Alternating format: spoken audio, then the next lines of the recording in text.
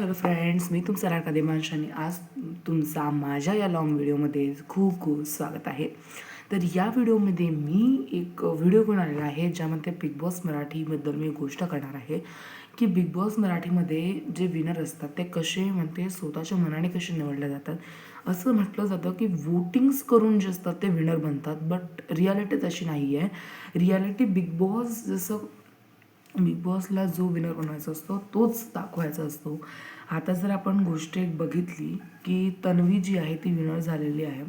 हे बघा, मी तुम्हाला गोष्ट दाखवतो की आपण जर गोष्ट नोटीस केली ना तर ती गोष्ट व्यवस्थित जर आपण तिला डीपमध्ये सर्च केलं, बघितलं, तेव्हा आपल्याला समजतं अच्छा अच्छा म्हणून याचं एलिमिनेशन झालं, अच्छा अच्छा आता याचंच एलिमिनेशन होणार, आपल्याला पॅटर्न कळून जातं. आता एलिमिनेशनचं पण सेम पॅटर्न होतं. ज्या कंटेस्टंटला एलिमिनेट करायचं होतं तो कंटेस्टंट सगळ्यात कमी दाखवला जायचा. आता लोक म्हणायचे अरे हा तर कमी दिसला, याला आपण कमी वोटिंग्स करूया. कमी वोटिंग्स केल्यामुळे तो शेवटी राहायचा आणि तो एलिमिनेट होऊन जायचा. असं त्यांनी नेहमी केलेलं आहे. म्हणजे सगळ्या कंटेस्टंटला ते थोडं जास्त दाखवतात त्या ज्या एलिमिनेट करायचं असलं त्या कंटेस्टंटपेक्षा. म्हणजे ते सगळ्यांना इक्वल नाही दाखवत, ते सगळ्यांना म्हणजे कोणाला जास्त दाखवता कोणाला, आणि ज्यांना ज्याला विनर बनवायचं असतं त्याला विनर सीझनचं स्टार्टिंगपासून सगळ्यात जास्त दाखवलं जातं. प्रत्येक ठिकाणी तन्वी प्रत्येक ठिकाणी अशी कोणती ठिकाण नव्हती त्याच्यात तन्वी दाखवली नव्हती. तन्वीचे चांगले गुण दाखवले गेलेत नव्हे, तिचे कधी खराब गुण वगैरे काहीही दाखवलं गेलेलं नाही आहे. जेव्हा आपण सगळ्यांचं बघितलं, जेव्हा बघा सगळ्यांचा शूट होत होता, म्हणजे ते एका स्टेजवर जात होते, खाली फॅन्स उभे होते, त्यांच्यावर लाईट्स वगैरे होते, उडत होते वगैरे, ते सगळं टॉप 5साठी झालं होतं. ते त्याच्यामध्ये सगळ्या 4 कंटेस्टंट जितके पण होते उरलेले, त्यांचे गुड, बॅड आणि एंटरटेनमेंट तिघी दाखवली की त्यांनी कसं एंटरटेन केलं, त्यांनी कसं लोकांना खाली दाखवायचा प्रयत्न केला, त्यांनी कसा लोकांशी गोड बोलून मनं जिंकली.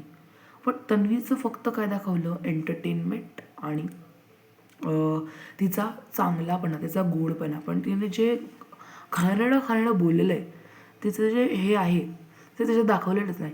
आणि फक्त त्याचीच गोष्ट नाही आहे, काही काही असे सीन्स असतात की जे दाखवले गेले नाही आहेत तन्वीबद्दल, किंवा तन्वी खूप काय काय बोलते वगैरे, तिचं काही दाखवलेलं गेलं नाही आहे. म्हणजे ज्याला विनर करायचं असतं त्याला ते एक प्रकारे चांगलं दाखवतात की अच्छा याला चांगलं दाखवलं, याला विनर बनायचं, याला चांगलं दाखवलं म्हणजे याला जास्त वोटिंग्स असतील.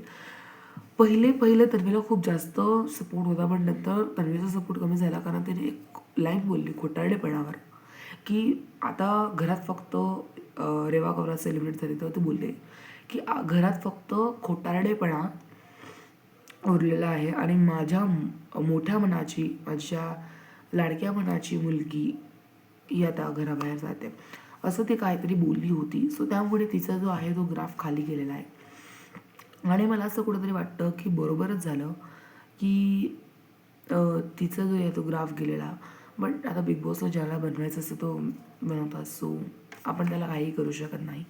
सो बस इतकंच मला सांगायचं होतं की आपण जे असतं ना, म्हणतो की ना आपण की याला इतकं दाखवलं, याला फुटेजसाठी करतोय, हा फुटेजसाठी करतोय, फुटेजसाठी करतोय. फुटेज काहीही मर्यादा नाही, आपण काहीही करा. बिग बॉसला जितकं दाखवायचं असतं तितकं कट करून दाखवतील, जितकं दाखवायचं असतं.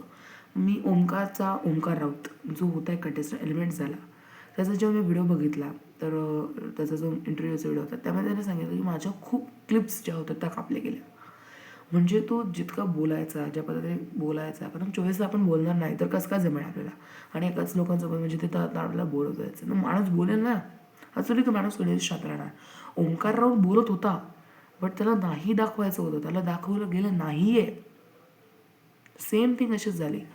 दिव्या शिंदे तर पूर्णपणे दाखवायलाच होती. दिव्या शिंदे ही एकदम टॉपला वोटिंग होती तिला. तर मी कोणतरी पण फेल केलं असतं तरी, जर वोटिंग्सच्या हिशोबानुसार केलं असतं म्हणून दिव्या शिंदेला विनर नाही मिळालं. दिव्या शिंदेला असं काही एक पर्टिक्युलर रिझन दिला आणि त्याला एलिमिनेट केलं. नाहीतर दिव्या शिंदे असती ना तर तिला वोटिंग्सच्या नुसार जर केलं असतं तर तीच विनर झाली असती, मला असं वाटत होतं.